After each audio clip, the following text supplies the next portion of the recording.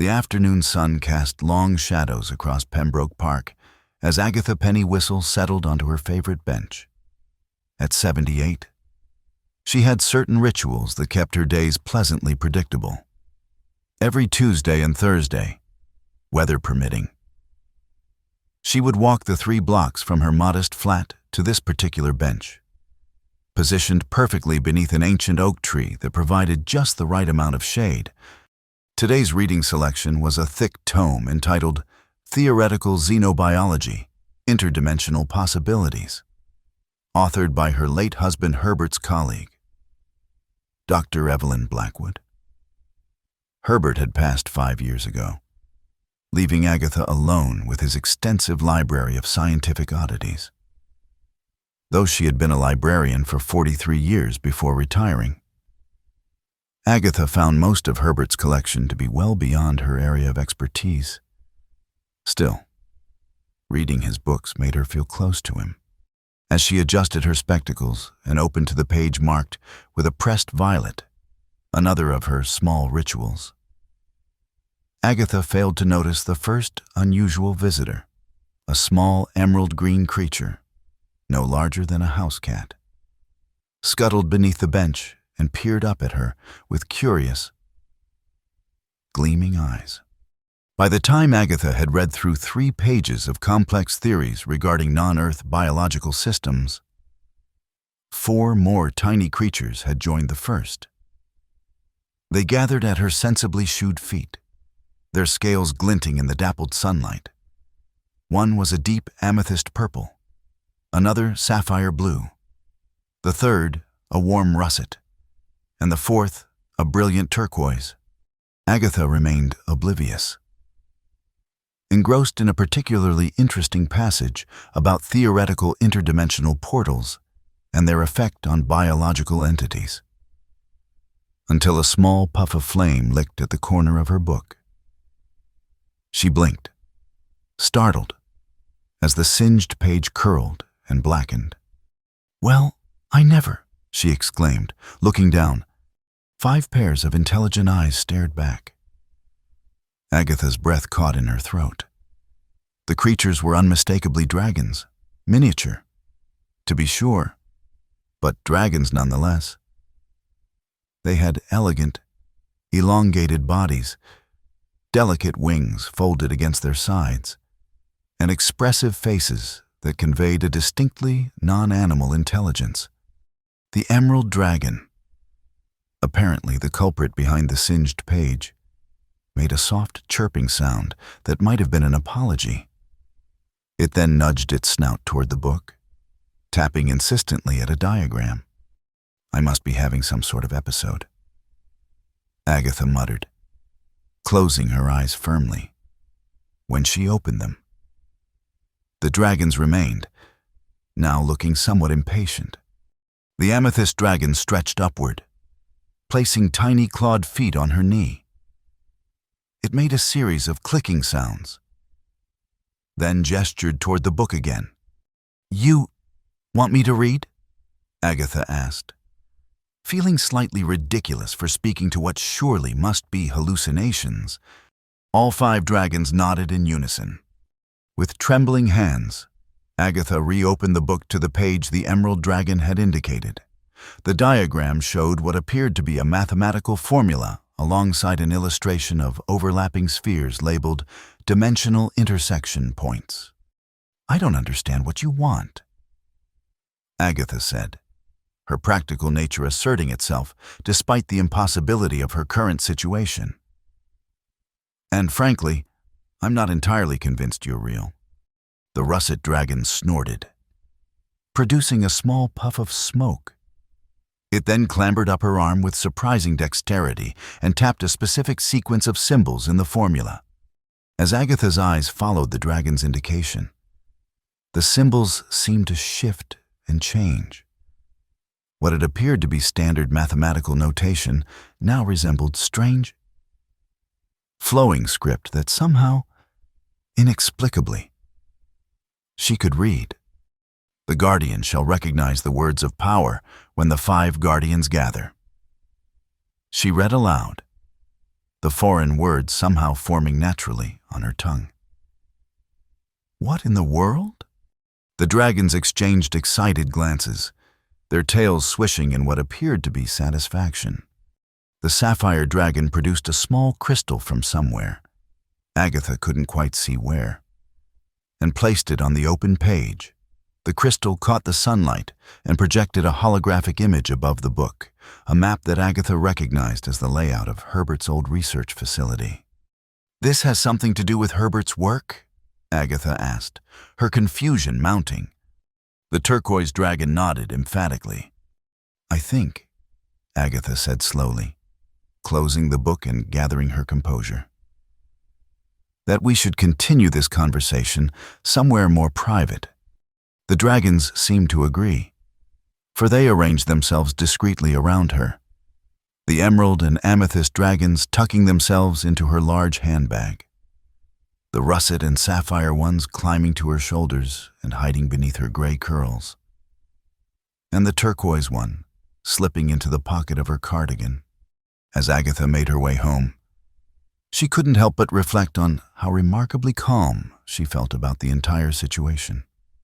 Perhaps, she thought, after a lifetime of reading about extraordinary adventures while sitting behind a library desk, she was simply ready for one of her own, back in her flat. Agatha set her unusual guests on the kitchen table and put the kettle on. Some situations, no matter how bizarre, could only be improved by a proper cup of tea. "Now then," she said. Once she'd arranged a plate of digestive biscuits and poured herself a cup of Earl Grey. "Let's start with the basics.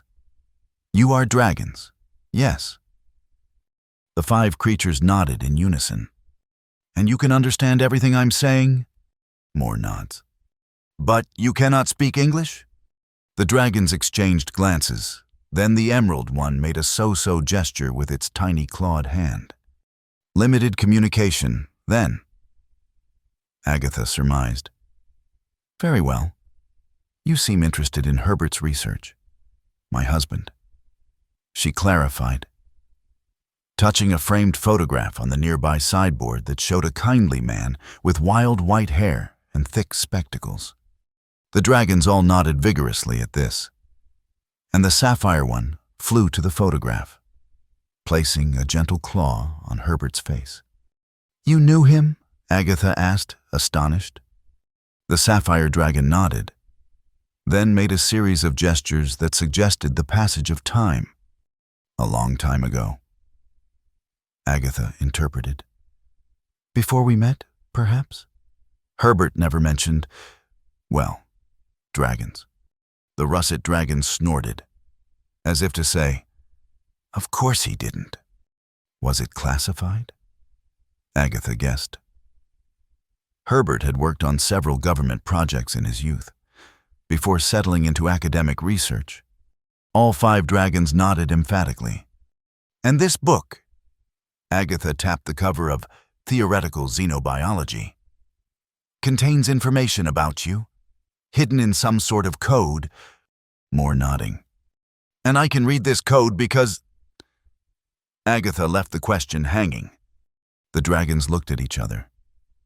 Then the emerald one stepped forward. It touched its chest, then pointed to the others, then to Agatha, and finally made a crowning gesture above its head. "I'm not following," Agatha said, frowning. The emerald dragon repeated the sequence more slowly. "You, all of you, me, royalty?" Agatha attempted to translate. "You think I'm some sort of queen?" The dragons practically danced with excitement, tiny wings flapping and tails whipping back and forth. "That's preposterous," Agatha stated flatly. "I'm a retired librarian from Little Modbury. I grow prize-winning roses and attend a weekly book club where we mostly gossip about Mrs. Henshaw's wayward son. I am not a queen of anything, let alone dragons." The turquoise dragon chirped softly, then flew to Agatha's handbag, It rummaged inside for a moment before emerging with Agatha's library card. It placed the card on the table, then pointed repeatedly at Agatha's full name printed there. Agatha Penelope Whistle. Agatha read. "Yes, that's me. What of it?" The dragons looked frustrated. The amethyst one suddenly brightened, then flew to the refrigerator where Agatha kept a small magnetic alphabet for writing shopping lists. It began arranging letters. P-E-N-E-L-O-P-E. Then it rearranged them. P-E-N-E-L-O-P. P-E-N-D-R-A-G-O-N. Pendragon? Agatha read, bewildered. Like King Arthur? You think I'm related to King Arthur? The dragons shook their heads, clearly frustrated. The emerald one pushed the others aside and arranged new letters. D-R-A-G-O-N-Q-U-E-E-N-B-Y-B-L-O-O-D. This is absurd, Agatha said firmly, though a strange tingling sensation had begun at the base of her spine. Herbert would have told me if he'd been involved with dragons and interdimensional portals and mystical bloodlines. The sapphire dragon flew to the framed photograph again, tapping it insistently. Then it mimed opening a book, reading, and hiding something. Herbert kept secrets. Agatha translated slowly. From me. The dragon nodded, its expression somehow conveying sympathy. Agatha sipped her tea, which had grown cold. Well, she said finally, that's not entirely surprising. We all have our secrets, I suppose, even in the best marriages. She straightened her shoulders. What exactly do you want from me? Why now, 5 years after Herbert's death? The russet dragon pointed to the book, then to the window, making a sweeping gesture toward the outside world. Then it mimed an explosion. Something dangerous is happening. Agatha guessed. Related to Herbert's research, something in this book can help stop it. The dragons nodded urgently. Agatha sighed deeply. I should be calling a neurologist right now, or perhaps a psychiatrist. Instead, I'm going to make a fresh pot of tea, and then you're going to help me understand exactly what we're dealing with. If Herbert was involved in something dangerous, I owe it to him to help put it right. The dragons exchanged glances that might have been relief, or perhaps surprise at her acceptance of the situation. Agatha herself wasn't entirely sure why she was taking all this in stride. Perhaps, after decades of reading adventure stories to children from behind a library desk, some part of her had always hoped for a grand adventure of her own. Or perhaps, a small voice whispered in the back of her mind. Perhaps there was more to Herbert's research and to herself than she had ever known. Either way, Agatha Penelope Whistle, retired librarian and apparent dragon queen, was about to find out. By morning, Agatha had learned several extraordinary things. First, the dragons, whose names she now knew as Emerald, Amethyst, Sapphire, Russet, and Turquoise. Though those were approximations of their true names in dragon language, came from a realm that existed alongside our own, separated by what they called the dimensional veil. Second, Herbert had not only known about this realm, but had been working on a theoretical method to create stable portals between dimensions, primarily for scientific exchange. Third, someone had recently discovered Herbert's old research and was attempting to use it to force open a portal, with potentially catastrophic consequences for both worlds. And fourth, most unsettling of all, Agatha herself was descended from an ancient line of humans who had once served as stewards and diplomats between the realms. Before the dimensional veil had thickened and contact had been lost, so I'm not actually a queen, Agatha clarified as she packed a small overnight bag. The dragons had conveyed through their limited communication, that they needed to visit Herbert's old research facility immediately. Emerald made a gesture that Agatha had come to interpret as, "It's complicated." "Typical," she muttered, adding an extra cardigan to her bag. Research facilities were always cold, in her experience from visiting Herbert at work. "And this facility, you're certain it's still operating?" "Herbert's been gone 5 years. Sapphire nodded, then retrieved the crystal it had shown her earlier. The holographic map now showed movement within the facility, people working, machines running. "And we're just going to walk in?" Agatha asked skeptically. "I doubt Herbert's old keycard still works, and I can't imagine they'll just welcome his elderly widow for a tour." The dragons exchanged mischievous glances. Russet flew to Agatha's telephone and began pressing buttons with its tiny claws. To Agatha's astonishment, her own voice emerged from the speaker, but not as it currently sounded. This was Agatha from decades ago, when she'd been the head librarian at the university where Herbert taught. "Hello, this is Agatha Whistle calling from the estate of the late Dr. Herbert Whistle. I've been organizing his papers and have discovered some research materials that may be of interest to your facility. I'd like to schedule a time to bring them in." The dragons looked at her expectantly. "That's quite impressive," Agatha admitted, "and slightly disturbing. But it won't work if they have caller ID." Turquoise made a dismissive gesture, as if to say such technological concerns were trivial. "Very well," Agatha said, picking up the receiver. "But I'm improvising my own script. I was never that formal, even in my professional days." The call went surprisingly smoothly. The facility was indeed still operational, now under the direction of a company called Nexus Technologies. The receptionist who answered was young and eager, especially when Agatha mentioned Herbert's name and hinted at previously unreleased research notes. An appointment was made for that very afternoon. "Now," Agatha said, addressing her diminutive companions as she hung up the phone, "we need to discuss how you're going to accompany me without being seen. I may be entering my twilight years, but I assure you, a woman with 5 small dragons would attract attention anywhere, let alone at a research facility." The dragons conferred among themselves. Then Amethyst approached Agatha's handbag, which was sitting on the counter. It touched the bag, and before Agatha's astonished eyes, the bag seemed to expand internally while maintaining its external dimensions. "That's not possible," Agatha murmured, peering inside to see what appeared to be a comfortable, spacious compartment that certainly hadn't existed before. Russet made a chortling sound that might have been laughter. Yes, I'm beginning to understand that my definition of possible needs significant revision," Agatha said dryly. "Very well.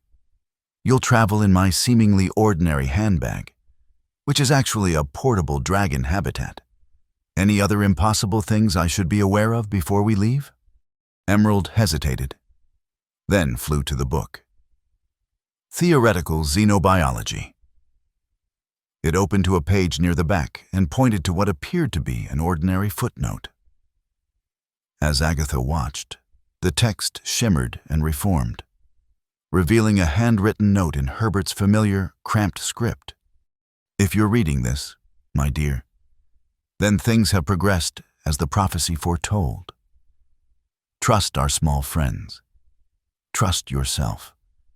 The blood of guardians runs in your veins, though I never had the courage to tell you. Forgive me, Herbert." Agatha sat down heavily on a kitchen chair. "Herbert knew," she said softly. "All those years, he knew what I was, who I was, and never told me." The dragons gathered around her, their expressions solemn. Sapphire gently touched her hand with a tiny claw. a gesture of comfort. Did he think I couldn't handle it? Agatha wondered aloud. Or was he trying to protect me? Turquoise mimed building a wall, then breaking it down. He was protecting something. Agatha interpreted. The knowledge itself? The connection between worlds? The dragons nodded. And now that protection has failed. Agatha continued, and we need to fix it. More nods, more urgent this time. Agatha took a deep breath, squared her shoulders, and picked up her handbag. Well then, she said with determination. Let's not keep the apocalypse waiting. Nexus Technologies occupied the same nondescript government building where Herbert had spent much of his career. Located on the outskirts of town, the 3-story concrete structure looked more like an office supply warehouse than a cutting-edge research facility, which, Agatha supposed, had always been the point. She approached the front desk with the confident stride she'd perfected during 4 decades of shushing unruly university students. Her handbag, considerably heavier now with its 5 draconic occupants, swung at her side. Agatha whistled to see Dr. Evelyn Blackwood. She announced to the security guard, I have an appointment. The guard, a young man with a military haircut and an ill-fitting suit, checked his computer. Yes, Mrs. Whistle. I'll need to see some identification, and your bag will have to go through the scanner. Agatha's heart skipped a beat, but she maintained her composed expression. Of course, she said, handing over her driver's license. As for the bag, she leaned closer and lowered her voice conspiratorially. I should warn you that I'm delivering some of my late husband's research materials. They include experimental magnetic storage devices that could be damaged by your scanners. The guard looked uncertain. I'll need to check with... By all means. Agatha interrupted smoothly. Though I believe Dr. Blackwood is expecting these materials rather urgently. She mentioned something about a demonstration for potential investors this afternoon. The guard hesitated, then picked up his phone. After a brief conversation, he nodded to Agatha. Dr. Blackwood is sending an escort for you. You can wait over there. He pointed to a small seating area. Thank you, Agatha said with a pleasant smile, reclaiming her ID and moving to the indicated chairs. Once seated, she whispered to her bag. That was close. I hope you have a plan for getting past any other security measures. A soft chirp emerged from the bag, which she took as affirmation. Minutes later, a familiar figure strode into the lobby. Evelyn Blackwood had aged since Agatha had last seen her at Herbert's funeral. But she still carried herself with the same intensity that Agatha remembered. Her silver hair was cut in a severe bob, and her eyes, behind stylish glasses, were as sharp as ever. Agatha, she said, extending a hand. This is an unexpected pleasure. When they told me Herbert's widow was here with research materials, I could hardly believe it. Agatha rose and shook the offered hand. Evelyn, you're looking well. Running your own department now, I hear. The whole facility, actually. Evelyn replied with a thin smile. After Herbie's passing, someone had to carry the torch. Come, we can talk in my office. As they walked through the security checkpoint, Evelyn waved away the guard's concerns about scanning Agatha's bag. Mrs. Whistle is an old friend. Jenkins, I'll take responsibility. Once inside the elevator, Evelyn's demeanor changed subtly. Now, Agatha, what's this really about? Herbert was meticulous about his research. If he had anything important, it would have been stored here, not at home. You might be surprised. Agatha replied calmly. Herbert had many interests that he pursued, privately. The elevator doors opened onto a corridor that looked much as Agatha remembered from her infrequent visits during Herbert's tenure. Bland, beige, and brightly lit. Evelyn led the way to a large corner office with expansive windows overlooking the facility's grounds. "Please, sit," Evelyn said, gesturing to a chair opposite her desk. "Now, what exactly do you have for me?" Agatha placed her handbag carefully on her lap. "Before I show you, Evelyn, I'd like to know what Nexus Technologies is working on these days. Herbert always said your work together was theoretical. Xenobiology, interdimensional studies, that sort of thing." Evelyn's expression didn't change, but something flickered in her eyes. "We've made some advances since Herbert's day. Theory has given way to more practical applications. Such as?" "I'm afraid that's classified," Evelyn said with a tight smile. "Now, about those research materials." Agatha nodded slowly. "Yes, about those." She opened her handbag just enough to whisper, "Now," before closing it again. Instantly, the lights in the office flickered and died. Emergency lighting cast an eerie blue glow over the room. "What the?" Evelyn began, rising from her chair. "Sit down, Evelyn," Agatha said firmly. "We need to talk about portals." The dragons erupted from Agatha's bag in a coordinated maneuver. Emerald and Sapphire flew to the door, positioning themselves as guards.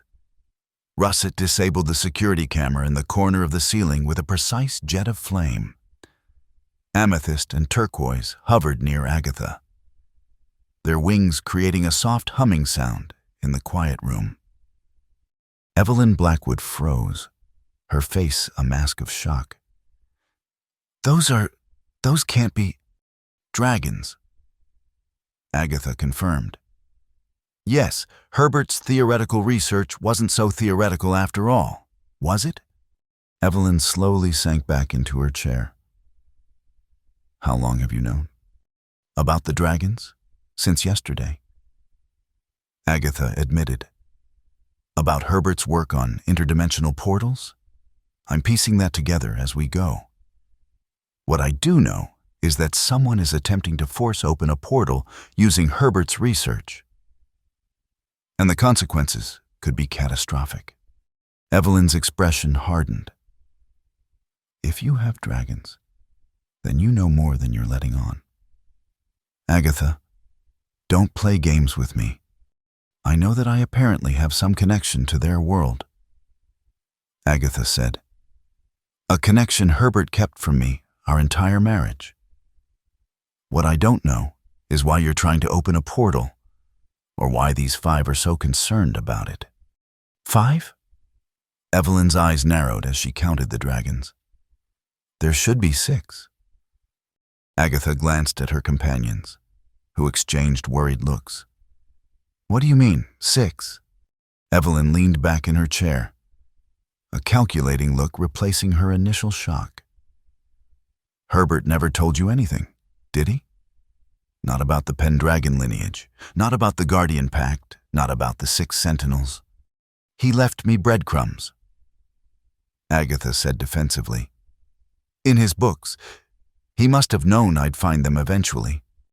How convenient for him," Evelyn said with a bitter laugh. "Keeping you in the dark while he was alive, leaving you to clean up the mess after he's gone. Typical Herbert." "What mess, Evelyn? What are you doing here?" Evelyn glanced at the dragons, who were watching her intently. "What Herbert and I started 30 years ago, opening a stable connection between dimensions. Do you have any idea of the technological and scientific advancements we could gain? The dragon's world operates on different physical laws. Agatha, their understanding of energy, of matter, of consciousness itself, it's centuries beyond ours." "And that's all this is about?" Agatha asked skeptically. "Scientific advancement." "Of course not." Evelyn snapped. It's about survival. Our world is dying. Agatha, climate change, resource depletion, political instability. We're on the brink of collapse. The dragon's world could be our salvation. Or you could destroy both worlds in the attempt. Agatha countered. That's what they believe. She nodded toward her draconic companions. They're being overly cautious. Evelyn dismissed. We've calculated the risks. The way Herbert calculated the risks 30 years ago? Agatha asked quietly. What happened then? Evelyn? Why did he abandon the research? Evelyn's face darkened. He got scared. We had a breakthrough. We established contact. Created a small, temporary portal. The military representatives were ecstatic. But then Herbert met them. She gestured toward the dragons. He learned their language, began to understand their warnings, and he lost his nerve. He realized the danger was real. Agatha corrected. He abandoned decades of work because of superstition and fear. Evelyn retorted. And he sabotaged the project on his way out, destroyed key research, corrupted data, scattered the dragons back to their dimension. It's taken me years to reconstruct what we lost. And now you're ready to try again. Agatha surmised. Despite the risks, the potential benefits far outweigh the theoretical risks. Evelyn insisted. Tell that to them, Agatha said, nodding toward the dragons, who were now chirping agitatedly. They seemed to think this portal could destabilize both dimensions. They're exaggerating. Evelyn said dismissively.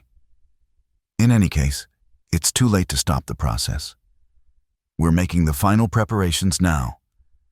The portal will be activated within the hour. The dragon's chirping reached a frantic pitch. What do you mean, too late? Agatha demanded. Evelyn smiled thinly. I mean, dear Agatha, that you and your colorful friends are welcome to watch.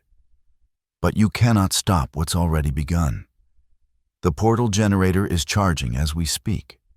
Emerald flew to Agatha, chirping urgently and gesturing toward the door. We need to see this portal. Agatha translated. Now. Evelyn studied them for a long moment, then shrugged. Why not?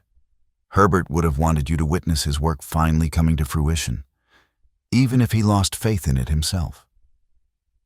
She stood and moved toward the door. Follow me, and tell your friends to stay close. My security team has orders to capture any unidentified entities. As they left the office and moved through the facility, Agatha noticed the heightened activity around them. Scientists and technicians hurried through the corridors, many looking stressed or excited. Security personnel were stationed at key intersections, more heavily armed than Agatha would have expected at a research facility. The military is involved. She observed, Of course. Evelyn replied without slowing her pace.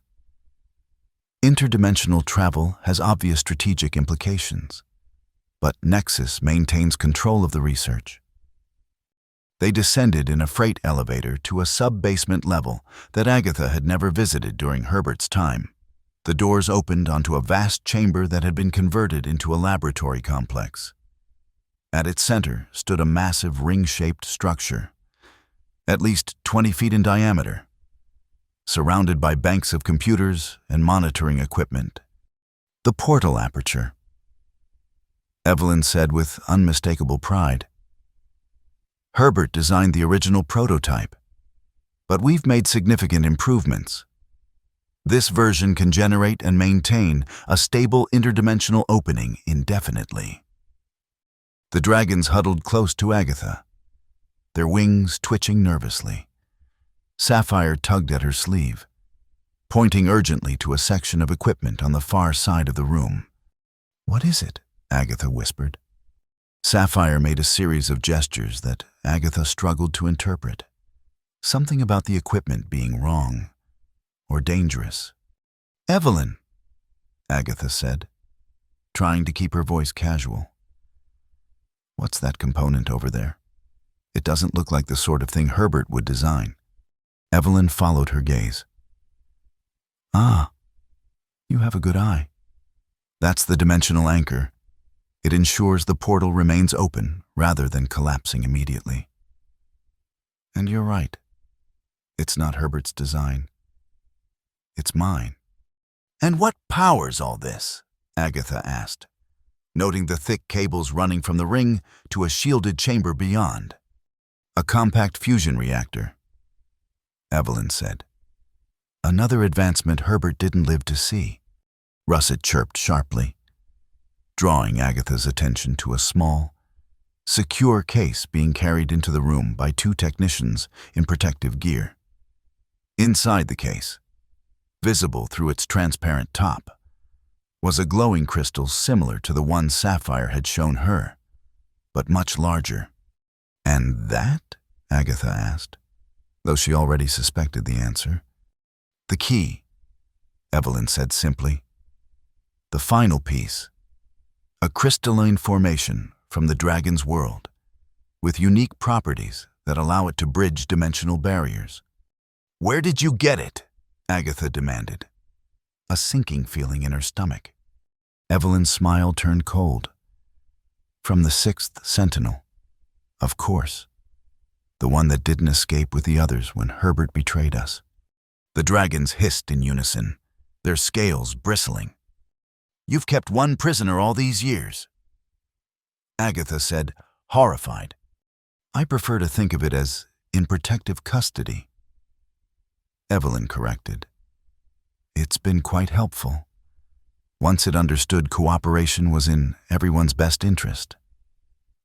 "Where is it?" Agatha asked. "I want to see it." "I'm afraid that's not possible," Evelyn said. "It's being kept in a secure location until the portal is stable. For its own safety, you understand." Agatha didn't believe that for a moment. But before she could press further, an announcement came over the facility's speaker system. "Portal initiation sequence commencing in T-minus 20 minutes. All non-essential personnel, please clear the testing area." "Right on schedule," Evelyn said with satisfaction. "Now, Agatha, you and your friends are welcome to observe from the viewing gallery, but I need to join my team for the final preparations." "Evelyn," Agatha said urgently, "please reconsider. If Herbert abandoned this research, he must have had good reason." "Herbert was wrong," Evelyn said flatly. "He allowed fear to overcome scientific objectivity. I won't make the same mistake." As Evelyn walked away to join a group of scientists at the main control station, the dragons gathered around Agatha, chirping in what seemed like a hasty conference. "What do we do?" Agatha whispered. "How do we stop this?" Emerald made a series of gestures, pointing to the book in Agatha's bag, then to the portal ring, then to Agatha herself. "The book has instructions?" Agatha guessed. "Something I need to do?" The dragons nodded vigorously. Agatha discreetly removed theoretical xenobiology from her bag and opened it, shielding it from view as best she could. The pages seemed to turn themselves, stopping at a section that appeared to be about dimensional stability. As she watched, the text shifted and rearranged, revealing hidden content. "The Pendragon Rite of Sealing requires the blood of the Guardian and the united will of the Sentinels. When spoken at the moment of dimensional breach, the words will heal the veil between worlds." Below this was a short paragraph in the strange flowing script Agatha had somehow been able to read before. "Blood of the Guardian?" Agatha whispered, alarmed. "That sounds ominous." Amethyst made a small gesture, touching its claw to Agatha's finger, then pointing to the portal. "A small amount." Agatha interpreted with relief. Not a human sacrifice. That's something, at least. The dragons nodded. Then all five pointed urgently to their eyes. Then to the far side of the laboratory. Agatha followed their gaze and noticed a ventilation grate near the floor. You want me to... what? Crawl through the ventilation system? At my age? The dragons looked apologetic but insistent. To find the sixth dragon. Agatha realized. You need all six of you for this ritual to work. More urgent nods. Agatha glanced around the laboratory. The scientists were all focused on their preparations, and security personnel were positioned at the entrances, not paying particular attention to her. If she could slip away unnoticed. This is madness, she muttered. But then, nothing about the past 24 hours has been particularly sane. She made her way casually toward the far wall, trying to look like an authorized observer, simply taking in different views of the proceedings. When she reached the ventilation grate, she knelt down, ostensibly to adjust her shoe. I can't possibly fit through there, she whispered to Emerald, who had followed close behind. The dragon made an apologetic chirp, then touched the grate. To Agatha's astonishment, the opening seemed to widen, the metal bending and reshaping without a sound. More impossible things. Agatha sighed. Very well. With a final glance to ensure no one was watching, Agatha crawled into the ventilation shaft, followed by her 5 dragon companions. The shaft, which should have been cramped and dusty, was surprisingly spacious and clean inside. Another dragon trick. She assumed. Which way? She whispered. Sapphire took the lead, its scales giving off a faint blue glow that illuminated the path ahead. They crawled for what felt like an eternity, but was probably only a few minutes, taking several turns until they reached another grate. Through it, Agatha could see a small, sterile room with reinforced walls. In the center, inside a transparent containment unit, was a 6th dragon, its scales a deep, iridescent gold. Unlike the others, this dragon appeared weak and listless, its wings drooping and its eyes dull. Around its neck was a thin collar connected to monitoring equipment. The poor thing. Agatha breathed. How do we get it out? Russet examined the grate, then directed a narrow flame at each corner, heating the metal until it could be pushed free. The dragons immediately flew into the room, surrounding their imprisoned companion. Agatha followed more cautiously, aware that there must be security measures in place. We need to hurry, she said. The portal activation countdown is already running. The golden dragon raised its head weakly as they approached. Its eyes widened at the sight of its companions, then fixed on Agatha with a look of recognition that startled her. Have we met? She whispered. The golden dragon nodded faintly. When Herbert was working here. Agatha guessed. I visited sometimes, but I never saw... The dragon made a small gesture, touching its claw to its head, then to Agatha's. Dreams. Agatha suddenly remembered occasional strange dreams during Herbert's most intensive research periods. Dreams of flying through strange skies, of a world where physics worked differently. That was you? You were reaching out to me? Another weak nod. Herbert knew. Agatha realized. He knew we were connected somehow. That's why he sabotaged the project, to protect both our worlds, and to protect me. The golden dragon's eyes seemed to confirm this. We need to get you out of there, Agatha said, examining the containment unit. But I don't see any way to... An alarm suddenly blared throughout the facility. A mechanical voice announced, Portal initiation sequence accelerated. Dimensional breach in T-5 minutes. They must have detected us. Agatha said urgently. They're speeding up the timeline. The 5 free dragons chirped frantically, flying around the containment unit and examining it from all angles. Emerald finally landed on the control panel and began pressing buttons in a specific sequence. With a soft hiss, the top of the unit slid open. The golden dragon attempted to fly out, but was held back by its collar. Hold still, Agatha said, reaching in carefully. The collar had a simple clasp that opened easily under her fingers. There. Now we need to hurry. The golden dragon stretched its wings gratefully, but its movements remained weak and uncoordinated after its long captivity. Can you fly? Agatha asked worriedly.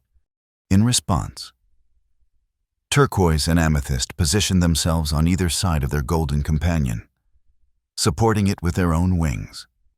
Good, Agatha said. Now, back through the vent, quickly. They retraced their path through the ventilation system, emerging into the main laboratory just as the countdown reached 3 minutes. The scene had changed dramatically in their absence. The portal ring was now humming with energy, crackling arcs of blue-white electricity dancing around its circumference. The crystal from the dragon's world had been positioned in a mounting at the top of the ring and was pulsing with an intense light. Security personnel were frantically searching the area, clearly looking for Agatha and the dragons. Evelyn stood at the main control panel, her face set with determination as she directed the portal activation sequence. We need to get closer to the portal, Agatha whispered to her companions. But there's no way to approach it directly without being seen. The dragons conferred briefly. Then Emerald pointed upward, toward the network of catwalks and maintenance platforms that crisscrossed the ceiling of the laboratory. Up there? Agatha asked incredulously. How am I supposed to... Before she could finish her objection, she felt a strange lightness spreading through her body. Looking down, she saw that all 6 dragons had positioned themselves around her, their wings beating in perfect synchrony.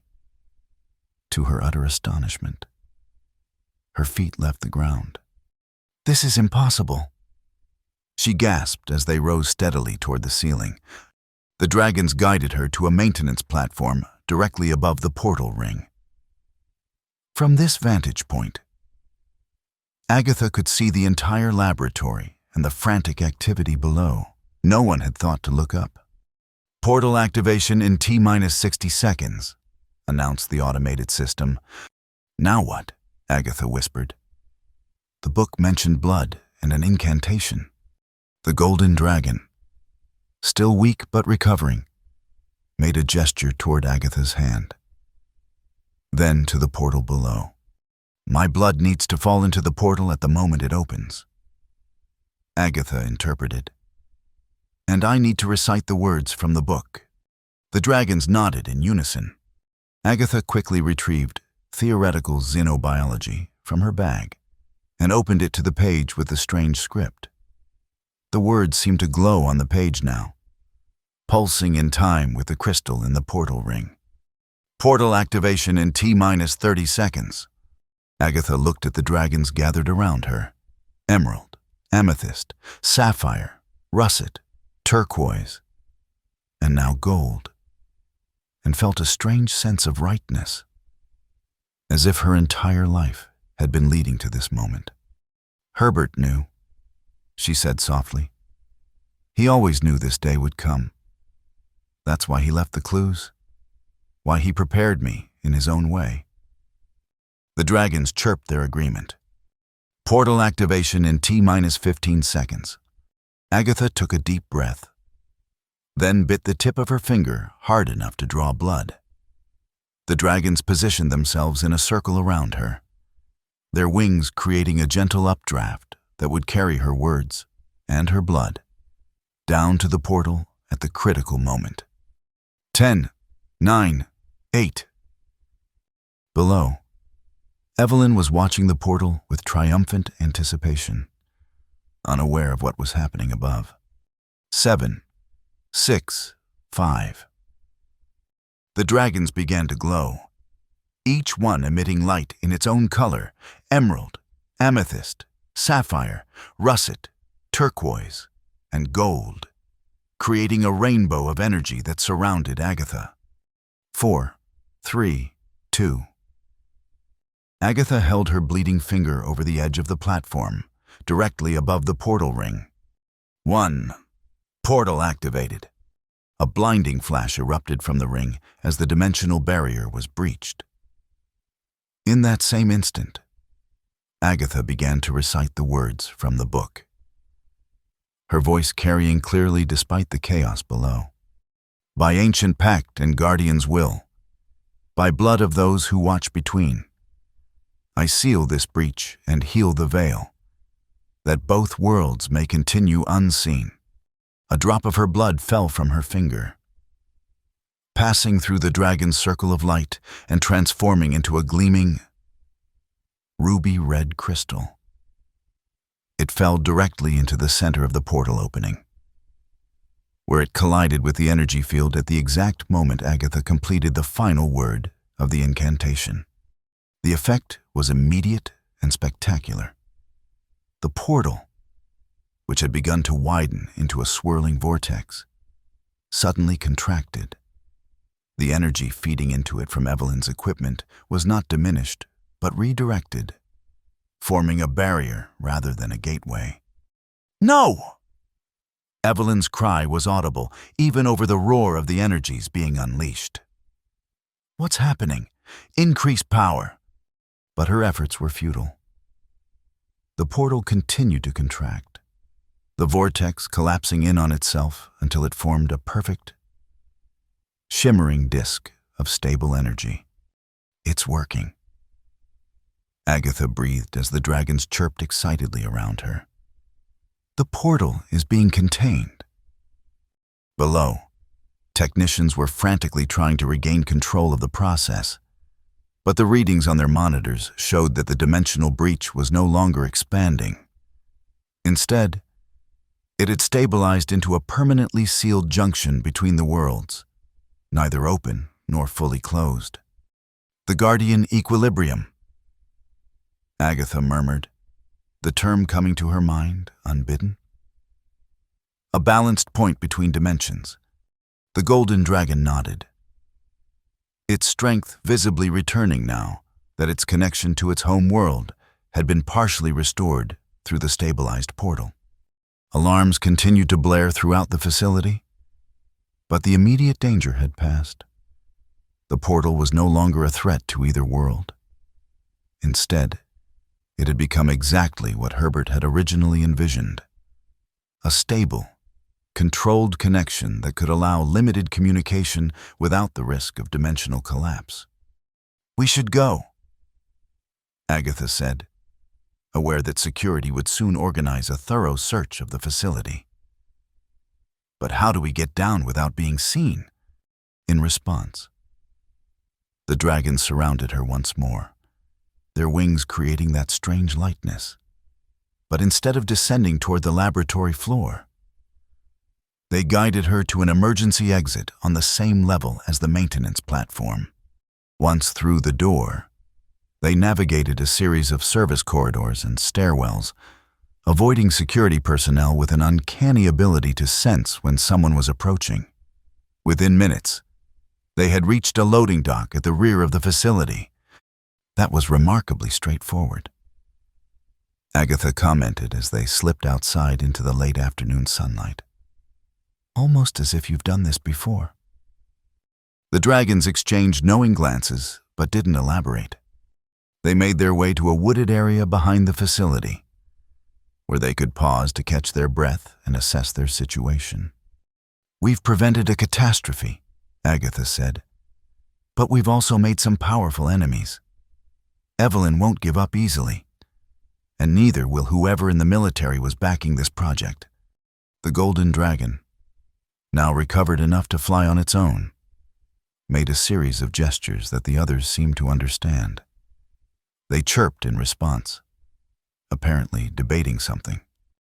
"What is it?" Agatha asked. "What are you discussing?" Emerald approached her and once again made the crowning gesture above its head, then pointed to Agatha, then to all 6 dragons, and finally made a sweeping motion toward the horizon. "You want me to go with you?" Agatha guessed. "To your world?" The dragons nodded enthusiastically. "But I can't just disappear," Agatha protested. "I have a life here, a home, well, not much of a life, if I'm being honest." She admitted. "Book club, my roses, the occasional visit from Herbert's nephew at Christmas." The dragons looked at her expectantly, as if waiting for her to reach a conclusion they had already anticipated. Agatha sighed. "Herbert always said I'd find my grand adventure someday. I just didn't expect it to involve interdimensional politics and a cohort of rainbow-colored dragons." The dragons chirped what might have been laughter. "I suppose," Agatha said slowly. "That is the apparent heir to some sort of guardian lineage. I do have responsibilities to both worlds now.